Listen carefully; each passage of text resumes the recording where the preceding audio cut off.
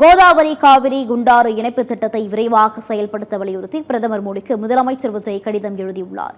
அதில் தமிழ்நாட்டின் மேற்பரப்பு நீர் வளங்களை பெருக்குவதற்காகவும் மிக முக்கியமான நீண்டகால வாய்ப்பாக கோதாவரி காவிரி குண்டாறு இணைப்பு திட்டம் திகழ்கிறது என்றும், தமிழ்நாட்டு மக்களின் குடிநீர் மற்றும் பாசனத்திற்கான அதிகரித்து வரும் தேவைகளை நிவர்த்தி செய்வதற்கு இத்திட்டம் மிகவும் முக்கியத்துவம் வாய்ந்ததாகும்.